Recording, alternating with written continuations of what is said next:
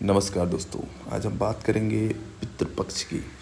पितृपक्ष यानी वो पवित्र समय जब हम अपने पूर्वजों को स्मरण करते हैं, उनका श्राद्ध, तर्पण और पिंडदान करके उन्हें संतुष्ट करते हैं।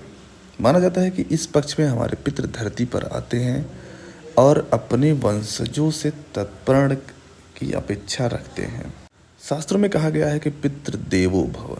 जिस प्रकार देवताओं की पूजा आवश्यक है, वैसे ही पितरों की सेवा भी अनिवार्य है। पितरों की कृपा से घर में धन, समृद्धि और संतान सुख प्राप्त होता है। यदि पितृ प्रसन्न हो तो जीवन की कई बाधाएं दूर हो जाती हैं, और अगर नाराज हो जाए तो जीवन में रुकावटें, दुख और कष्ट आ सकते हैं। इसलिए पितृपक्ष हमारे लिए बेहद महत्वपूर्ण है।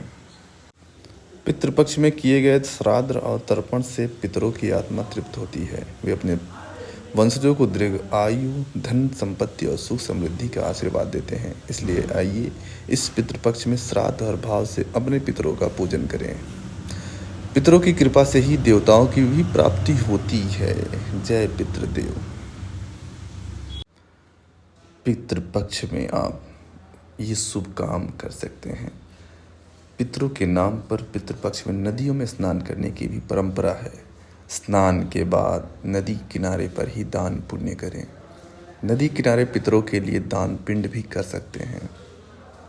अगर नदी में स्नान करना संभव ना हो तो घर पर ही पानी में गंगा जल मिलाकर स्नान करें। इसके बाद धूप ध्यान करें। हथेली में जल लेकर तर्पण करें। घर के आसपास ज़रूरतमंद लोगों को खाना खिलाएं। अनाज, कपड़े, जरूरी चीज़ें दान करें। किसी तालाब में मछलियों को आटे की गोलियां बनाकर खिलाएं। पितृपक्ष के दिनों में घर में साफ सफाई और शांति बनाए रखनी चाहिए। मान्यता है कि जिन घरों में गंदगी रहती है, लड़ाई झगड़े होते हैं, वहाँ पितरों की तृप्ति नहीं मिलती है। इन दिनों में गुस्सा नहीं करना चाहिए। नशा और मांसाहार भी नहीं करें। सभी तरह के अधार्मिक कामों से दूर रहना चाहिए। दूसरों के लिए बुरे विचार न रखें। कुत्ते, गाय और कौवे को परेशान न करें। इनके लिए भोजन और पानी की व्यवस्था जरूर करें।